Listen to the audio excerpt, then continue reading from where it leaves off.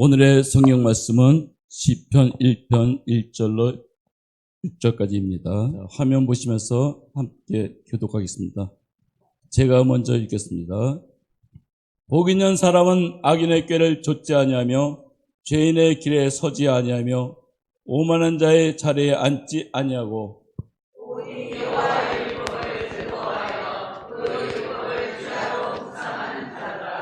저는 시냇가에 심은 나무가 시절조차 과실을 맺으며 그 잎사귀가 마르지 아니한 같으니 그 행사가 다 형통하리로다.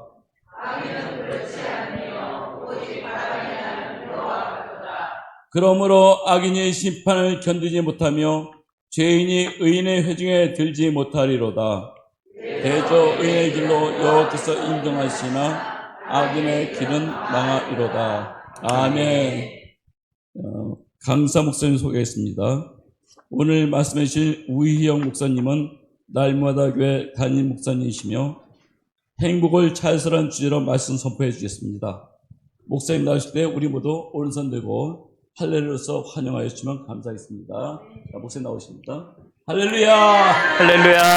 할렐루야! 감사합니다. 참 감사합니다. 너무 좋네요.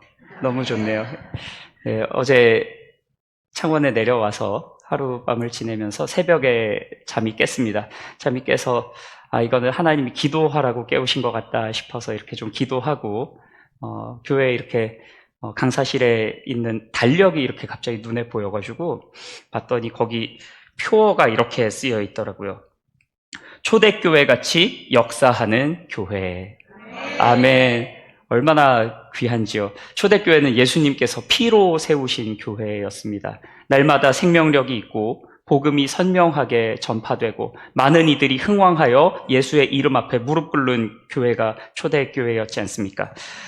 아침에 아무도 계시지 않은 이 예배당에 홀로 내려와서 이렇게 기도도 하고 또 여기저기 좀 이렇게 두리번거리면서 보니까 하나 이렇게 눈에 보이는 것이 그렇게 선교 활동을 또 왕성하게 하시는 교회더라고요. 케냐도 그렇고 또 탄자니아도 그렇고 지금 우리 원로 목사님께서는 또 필리핀에 또 나가 계시고 한데 제가 특히나 감동을 받았던 것은 많은 지역에 선교를 하신다는 것보다도 꾸준히 하셨더라고요. 굉장히 오랜 시간 지속적으로 끊이지 아니하고 하셨던 것이 참 복되다, 귀하다. 우리 정말 초대교회가 이름값 하는 교회다. 네, 그 자리에 여러분들이 지키고 계신 증인들이십니다. 네, 우리 옆에 계신 분들과 인사하실까요? 몰라 뵈서 죄송합니다. 네, 너무 귀합니다. 너무 감사하고요. 네, 우리 함께 하나님의 말씀 잠시 나누겠습니다. 1776년 7월 4일에 영국의 식민지 상태에 있던 미국이 독립을 선언합니다. 이때 모인 사람들이 만장일치로 채택했던 기조가 미국의 독립선언문인데 여기에 이런 구절이 하나가 적혀 있습니다. 우리는 다음과 같은 것을 자명한 진리라고 생각한다. 즉, 모든 사람은 평등하게 태어났고 조물주는 몇 개의 양도할 수 없는 권리를 부여하였으며 그 권리 중에는 생명과 자유와 행복의 추구가 있다. 그리고 동일하게 우리나라 헌법 제10조에서도 모든 국민은 인간으로서의 존엄과 가치를 지니며 행복을 추구할 권리를 가진다. 라고 규정을 하면서 사람이라면 누구나 행복할 권리가 있고 또 마땅히 그래야 한다라고 이야기합니다. 그리고 이것은 하나님께서 우리에게 원하시는 바이기도 하지요. 그렇다면 여러분 어떠십니까? 여러분 행복하십니까? 네, 이렇게 아멘이 바로바로 나오는 참 행복한 교회입니다. 네, 2006년에 행복을 찾아서라고 하는 영화가 개봉되었는데 여기에 나오는 주인공이 의료기기 외판원입니다.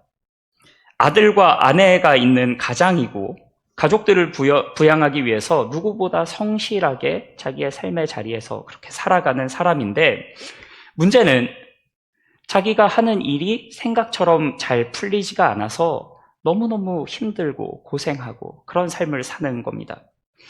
어느덧 집세도 밀리게 되고 세금도 체납되고 인생이 자꾸 원치 않는 방향으로 흘러가는 가운데 하루를 맞이하는데 이날도 참 힘든 날을 보냈습니다. 이미 집에 들어갔어야 되는 시간이 한참이나 지났고 비가 추적추적 내리는 걸 다 맞으면서 이제 가족들이 걱정할까 봐서 집에다가 공중전화로 전화를 겁니다. 아내가 받아요. 이미 몸도 지치고 마음도 지쳐 있는데 아내가 전화를 딱 받더니 한다는 이야기가 더는 이렇게 못 살겠다고. 나는 아들을 데리고 떠나야겠다고. 그러면서 전화를 끊어버려요. 완전히 이제 이 사람이 만신창이가 된 거죠. 그러면서 그 쓰린 마음을 안고 이렇게 독백을 하는데 토마스 제퍼슨이 독립선언문에 행복을 추구한다고 적어놓은 것은 행복을 성취하려고 아무리 애를 써도 결코 가질 수 없다는 사실을 그도 알았기 때문이었다. 이렇게 이야기를 합니다. 여러분은 어떠십니까? 우리는 누구나 행복하기를 원하고 행복을 추구합니다. 불행하기를 원하는 사람은 그 누구도 없지요. 그러나 정말로 행복하냐는 질문을 받으면 그렇게 또 쉽게 답이 나오지 않는 질문이기도 한 것 같습니다. 많은 분들이 행복하냐는 질문을 받으면 물론 우리 초대교회는 예외인 것 같습니다. 아까 바로 아멘이 나오신 걸 보니까 정말 행복한 교회, 아름다운 교회인데 많은 분들이 행복하냐는 질문을 받으면 글쎄요, 뭐 이만하면 나쁘지 않은 것 같습니다 라고 생각은 할지 모르겠지만 선뜻 행복하다라고 대답하기가 쉽지가 않은 세상 가운데 살고 있습니다. 왜 그런가 하면 일단은 이 행복이라는 기준 자체가 모호합니다. 어디서부터 행복이고 어디서부터 행복이 아닌지 여기에 대해서 예를 들면 연봉이 1억 이상인 사람이 행복하다라고 사회적인 규정이 있다면 그러면 너무 명확하겠지요. 9,900만 원 버는 사람은 불행까지는 아니어도 아직은 행복에 도달하지 못했고 1억 10만 원 버는 사람은 자신 있게 나는 행복한 사람에 들어갔다, 거기에 해당됐다라고 이야기할 수가 있을 텐데 그렇지가 않지 않습니까? 그리고 이것은 경제적인 부분만이 아니라 학력이나 사회적 지위 그리고 다른 여러 가지 부분에서도 동일한데 어떤 정도에서부터 행복하다라고 할 수 있는 명료한 기준 자체가 없습니다. 그래서 누구나 이런 주관적인 삶을 사는 가운데 우리는 어떤 경우를 똑같이 맞이한 상황 가운데서 누구는 행복하다고 이야기하고 누구는 불행하다고 이야기하는 그러다 보니까 또 어떤 일이 생깁니까? 나는 지금 내가 살아가는 이 상황이 너무 힘든데 너무 괴로운데 주변에서 이렇게 이야기하는 거예요.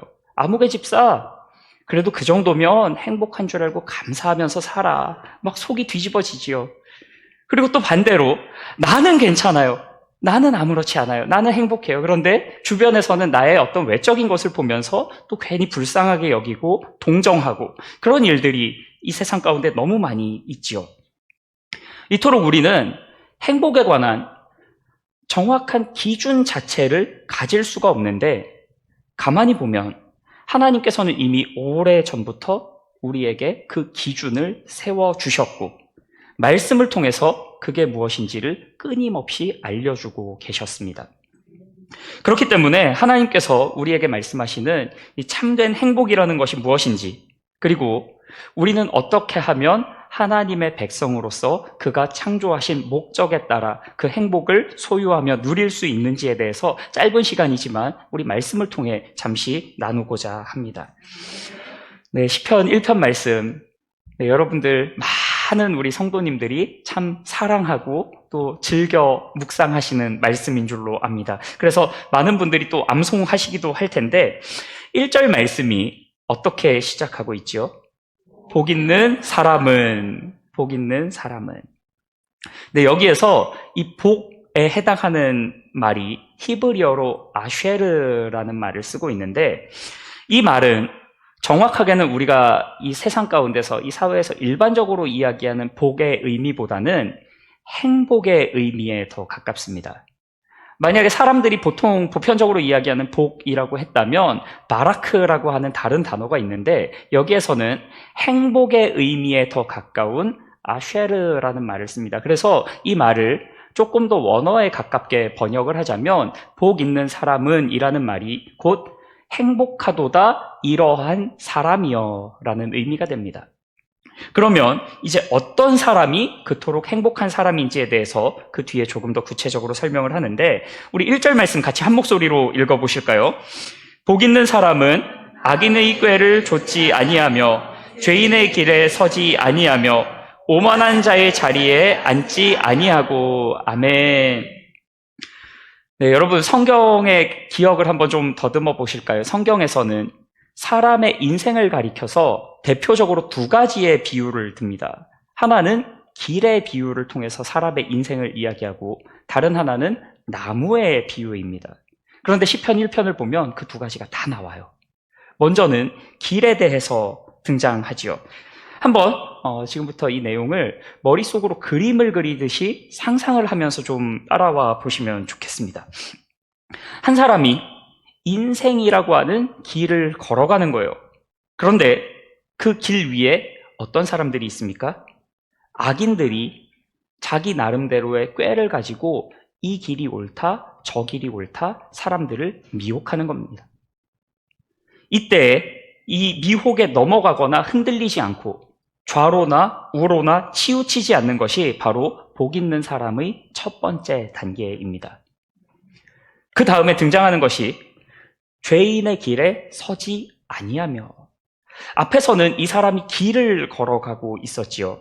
그런데 이제는 그 길을 걷다 말고 자리에 멈춰 서는 겁니다. 여러분 쇼핑을 하기 위해서 백화점이나 아니면 이런 몰 같은 데 가서 이렇게 구경하시다가 여기저기 둘러보시다가 어느 순간 마음에 드는 물건이 탁 눈에 보이면 어떻게 하시죠? 네, 멈춰 서죠. 멈춰서고 그때부터는 조금 더 유심히 그것을 들여다보기 시작을 합니다. 자세히 보고 얼마인지 물어도 보고 이렇게 알아보고 그렇게 하시지 않습니까? 이게 바로 이 죄인의 길에 서는 모습입니다. 그 자리에 서서 단순히 길을 가는 수준이 아니라 죄인들에게 관심을 가지고 거기에 주목하고 들여다보고 여기에 뭔가 나에게 유익한 것이 있는지 저울질하는 그 모습이 여기에 나오게 되죠. 그리고 그 뒤에는 오만한 자의 자리에 앉지 아니하고 길을 가다가 멈춰 서더니 이제는 그 자리에 눌러 앉는 겁니다. 특별히 여기에서 오만한 자라고 하는 말은 우리가 생각하기에는 어떤 교만한 사람의 이미지가 떠오르기가 쉬운데 이것도 조금 더 정확하게 번역을 하자면 조롱하는 자입니다. 무엇을 조롱합니까? 여호와 하나님을 조롱하고 그의 율법을 조롱하고 그의 백성을 조롱하는 사람이에요. 그러니까 여러분 이 내용들을 한번 종합해서 보시면 여기에는 걷고 서고 앉는다고 하는 내용의 심화가 하나가 나오게 되지요. 그런데 거기에서 그치는 것이 아니라 악인과 죄인과 조롱하는 자의 모습도 단계적으로 발전합니다. 악이라고 하는 것은 한 사람의 내면적 상태라면 죄는 그 내적인 악이 드러나면서 한 사람의 인격으로 나오게 되는 것이고 결국에 그 열매로 내게 되는 것이 무엇입니까? 오만함으로 여호와를 조롱하는 모습의 열매를 낸다는 것이지요. 그리고 여기에 나오는 악인의 꾀와 죄인의 길과 오만한 자의 자리라는 것도 마찬가지로 머릿속에 떠오르는 한 악한 생각이 한 사람의 길, 행동, 양식이 되고 그것이 자리가 되어서 이제는 아예 하나의 새를 이루는 그러니까 똑같은 문제를 놓고 지금 성경에서는 세 가지 관점에서 하나씩 내용이 어떻게 심화되어 가는지 그 죄에 대한 이야기를 하고 있는 겁니다. 이 심화를 통해서 이 여러 가지 관점을 통해서 죄라는 것이 얼마나 심각한 것인지 얼마나 무서운 것인지를 거듭 강조하는 것입니다. 사실 대부분의 사람들이 복 있는 자를 이해할 때 굉장히 유물론적인 시각을 가지고 접근을 합니다. 얼마나 많은 것을 가졌고 얼마나 많은 것을 누리느냐. 그런데 오늘 말씀에서는 무엇을 이야기합니까? 그런 죄인들과 구별된 삶이 복 있는 자다 말씀하시면서 우리에게 진정한 복이 무엇인지를 알려주시지요. 여러분, 세상에 있는 사람들, 사실 세상만도 아니라고 우리가 스스로 좀 회개하고 돌이켜야 하는 것이 교회 안에서도 이미 너무 많은 그런 세속적인 관점들이 들어와 있고, 사람들이 복 있는 사람에 대해서 교회에서도 참 오해를 많이 합니다. 그래서 기복주의 신앙이라는 것이 한국 교회에 자리 잡게 되었고, 어느덧 저기 가서 비나이다 하는 그 모습이 교회 안에도 똑같이 들어와서 하나님 앞에 그런 세속적인 복을 구하는 우리의 모습들, 하나님 앞에 정말 자복하고 회개할 문제인데, 여러분, 그것이 진짜 복이 아니라는 것을 우리는 성경을 통해 정확히 알 수 있고, 그리고 세상을 보시면 그와 같은 복이라고 여겨지는 것들을 누리는 인생 중에 정작 복 없는 인생을 사는 사람들이 얼마나 많이 있습니까? 뉴스에서도 신문에서도 여러분 매일같이 보시지 않습니까? 여러분, 왜 그런가 하면 우리의 복은, 또 우리의 행복은 그러한 것들로 결정되는 것이 아니라 우리는 무엇으로 사는가, 조금 더 구체적으로는 어떠한 것들과 관계 맺으며 사는가에 의해 결정되기 때문에 그렇습니다. 이러한 기준에서 봤을 때 1절에서 이야기하는 것이 무엇입니까?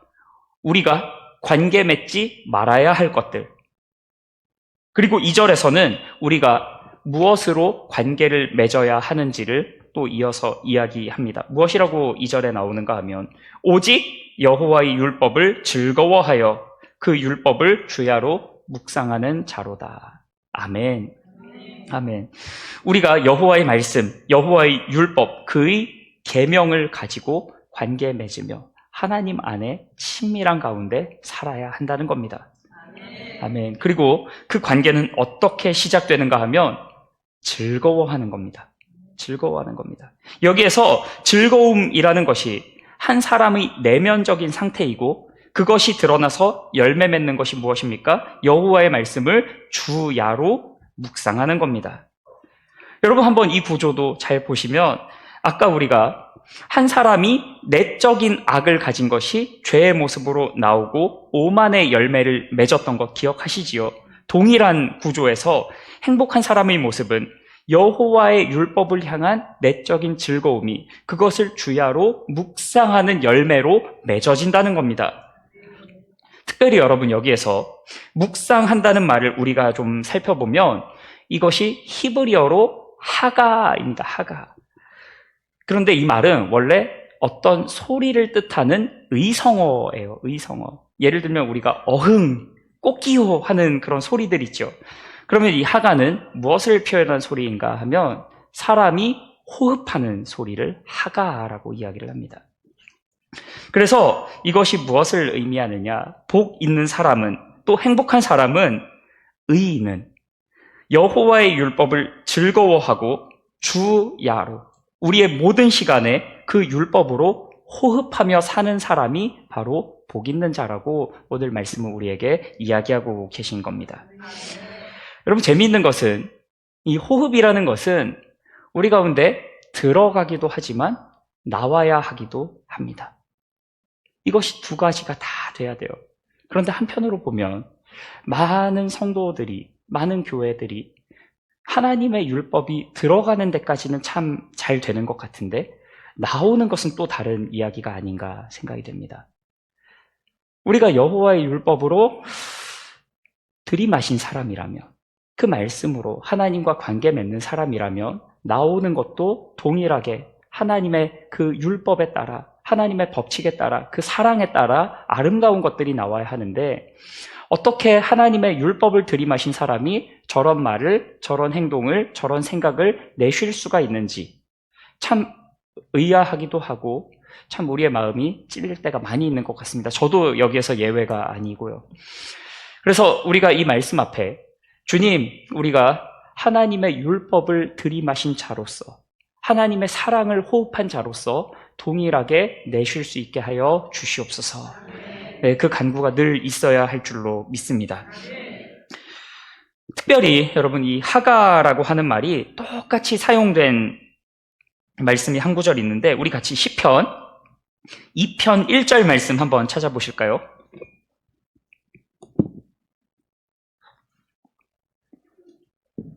시편 2편 1편입니다. 함께 읽겠습니다. 어찌하여 열방이 분노하며 민족들이 허사를 경영하는고. 아멘. 아멘. 여기에서 허사를 경영한다는 말이 바로 하가입니다. 그들은 헛된 것들로 들이마시고 헛된 것들로 내뱉는다는 이야기이죠.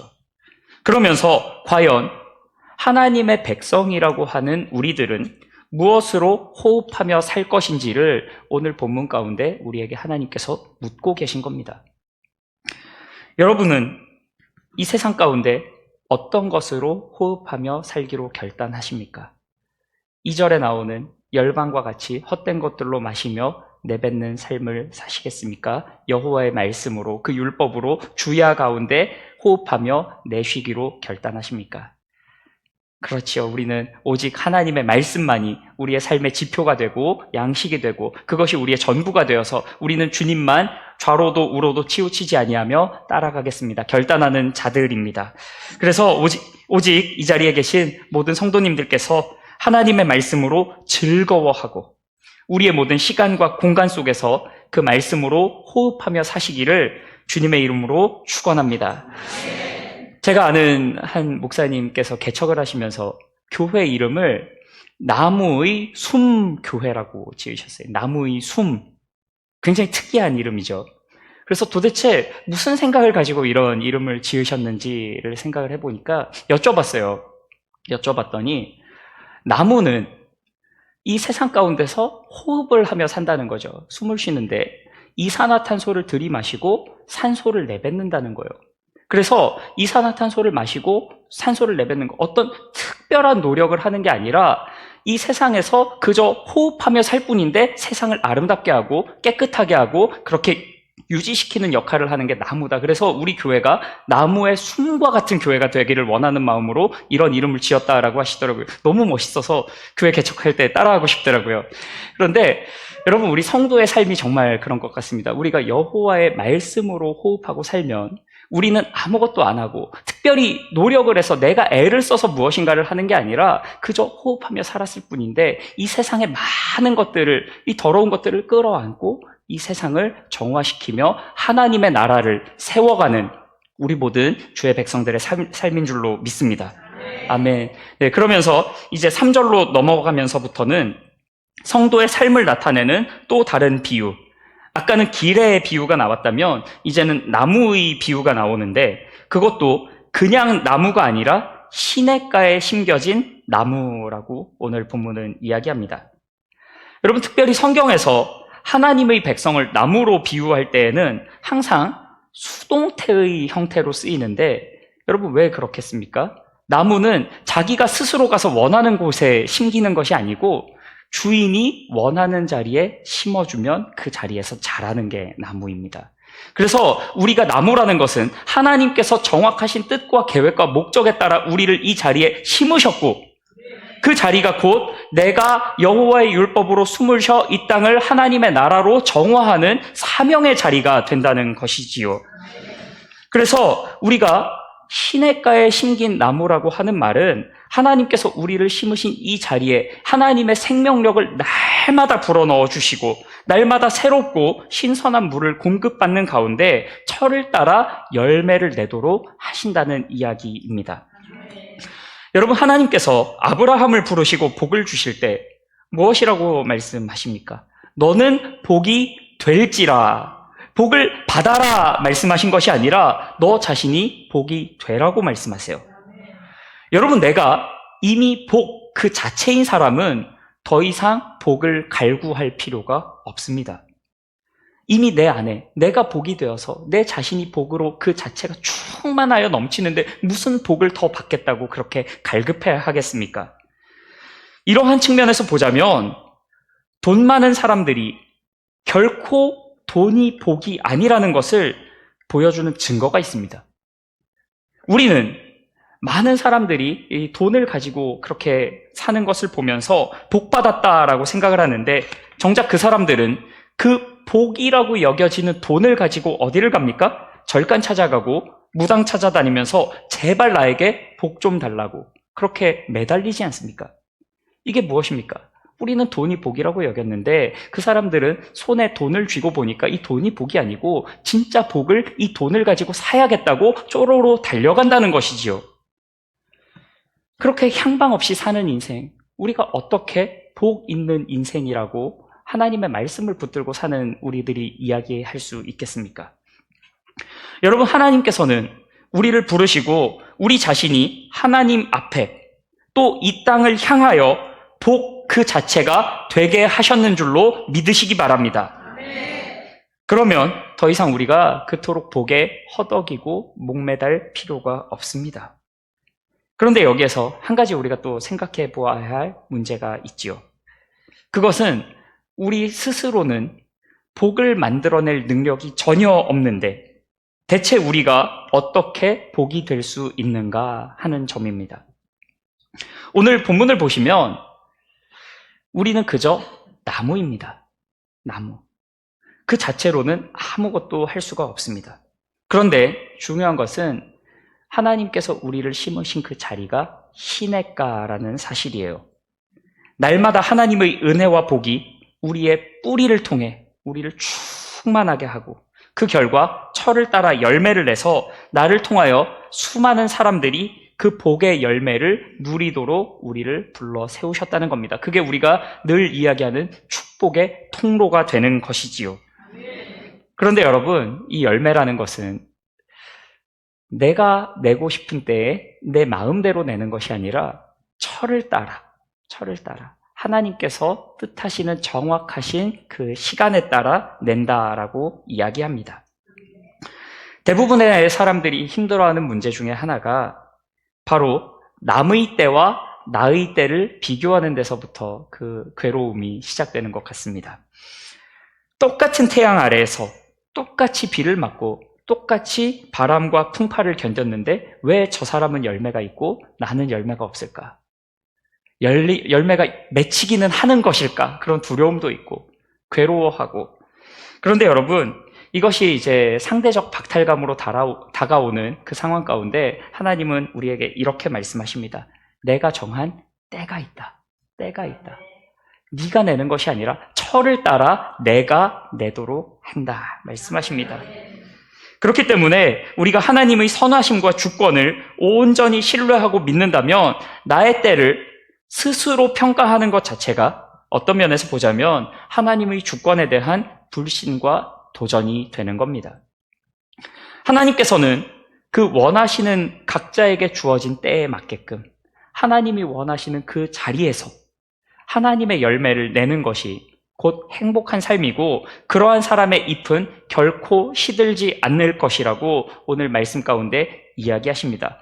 그 열매를 한 번 내고 마는 것이 아니라 철을 따라 계속해서 끊임없이 하나님께서 요구하시는 그때마다 내게 된다는 겁니다. 그래서 그 결과가 무엇입니까? 3절 맨 마지막에 그 행사가 다 형통하리로다. 아멘. 이 말은 어떤 목적지에 다다르거나 약속을 이행하는 것을 의미하는데 특별히 하나님의 언약이 우리 안에 성취되고 이루어지는 것, 이것이 바로 그리스도인들이 누리는 행복과 형통입니다. 그런데 이제 이것과 정반대되는 개념이 4절에서부터 또 나오게 되는데 우리 같이 4절 말씀 한번 한 목소리로 읽으시겠습니다. 악인은 그렇지 않으며 오직 바람에 나는 겨와 같도다. 아멘.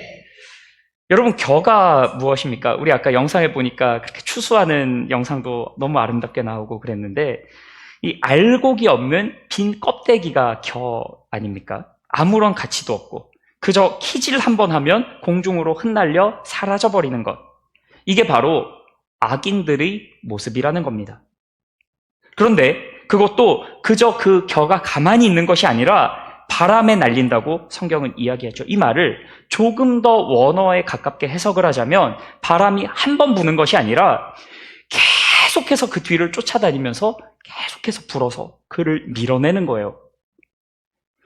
여러분, 혹시 바다나 아니면 워터파크 같은 곳에서 큰 파도를 맞아보신 적이 있으신가요? 네, 이렇게 그냥 찰랑찰랑 거리는 수준 말고 정말 이렇게 휩쓸린다고 하죠. 그런 파도 한번 맞아보시면 이렇게 팍 맞고 나면 분명히 나는 조금아까까지 저 자리에 있었는데 물에 들어갔다가 나와 보니까 5m고 10m고 그냥 속절없이 밀려나서 내가 서 있는 자리 자체가 뒤바뀌어 버린 그 상황을 아마 여러분들 경험해 보신 분도 계실 것이고 또 어떤 상황인지 충분히 이해하실 것 같습니다.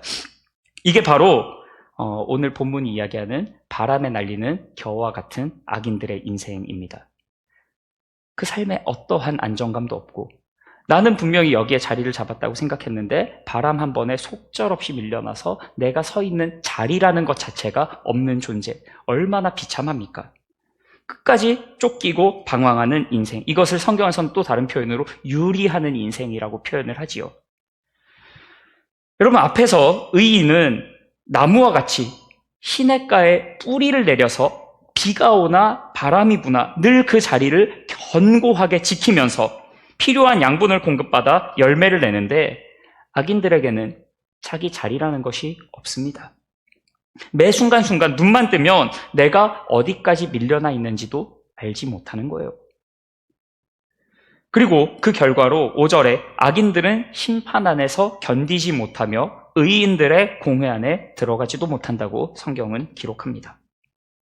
그러면서 지금까지의 이 모든 내용을 가지고 결론적으로 이야기하는 바가 무엇입니까? 6절 말씀입니다. 대저 의인의 길은 여호와께서 인정하시나 악인의 길은 망하리로다. 아멘. 여호와 하나님께서 의인들의 길은 아시고 인정하시지만 악인들의 길은 멸망한다는 겁니다. 여기서 망한다는 말은 하나님께서 주도적으로 개입하셔서 그들을 막 멸망시키신다는 것이 아니라 하나님께서 아무런 관심도 두지 않으시고 그저 눈길 한번 주지 않으셔도 그들 스스로 자멸한다는 이야기입니다. 사랑하는 성도 여러분, 사실 우리가 하나님께서 말씀하시는 이 복 있는 사람, 행복한 사람이 무엇인지 안다고 해도 그것을 우리가 살아가는 이 세상 속에서 우리가 마음 가운데 늘 찾아오는 불쑥불쑥 찾아오는 복 있는 사람의 그 이미지와 맞추어 가기란 참 쉽지가 않습니다. 왜 그런가 하면 우리는 지금 현재를 이 땅 위에 살아가는 존재들이기 때문에 그렇습니다. 자꾸만 눈앞에 있는 것들이 좋아 보이고 그것들이 우리의 마음을 흔들어 놓고 또 수많은 매체를 통해서 주변의 수많은 사람들을 통해서 우리에게 또 속삭이기도 하지요.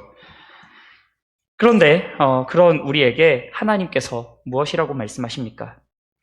그런 흔들리는 인생을 살 수밖에 없는 우리를 향해서 하나님의 말씀을 주야로 한 번 봐서는 안 되니까 2번 보고 2번으로도 안 되니까 3번 보고 우리의 모든 시간에 계속해서 그 말씀을 붙들고 숨 쉬듯이 우리가 잠시라도 멈추면 죽을 수밖에 없는 것처럼 그 말씀으로 호흡하고 그러다 보면 그 말씀에 우리가 조금씩 젖어 들어가고 결국에 그 사람이 어떤 사람입니까? 복 있는 사람이다라고 오늘 말씀을 통해 우리에게 알려주고 계십니다.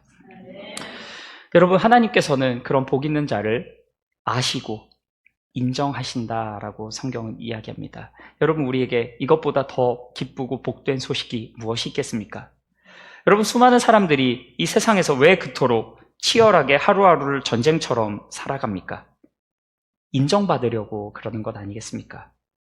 돈으로 인정받고, 회사에서는 또 실력으로 인정받고, 인맥으로 인정받고, 외모로 인정받고, 하다못해 걸치고 있는 옷으로라도 인정받으려고 그렇게 명품 찾아다니고, 사람들에게, 자식들에게 인정받기 위해서 그렇게 많은 분들이 마음 아파하며 살아가지 않습니까? 그런데 하나님께서는 그 모든 것들이 아니어도 우리를 인정해 주신다고, 우리를 복되다고 여겨주신다고 성경은 이야기합니다. 할렐루야.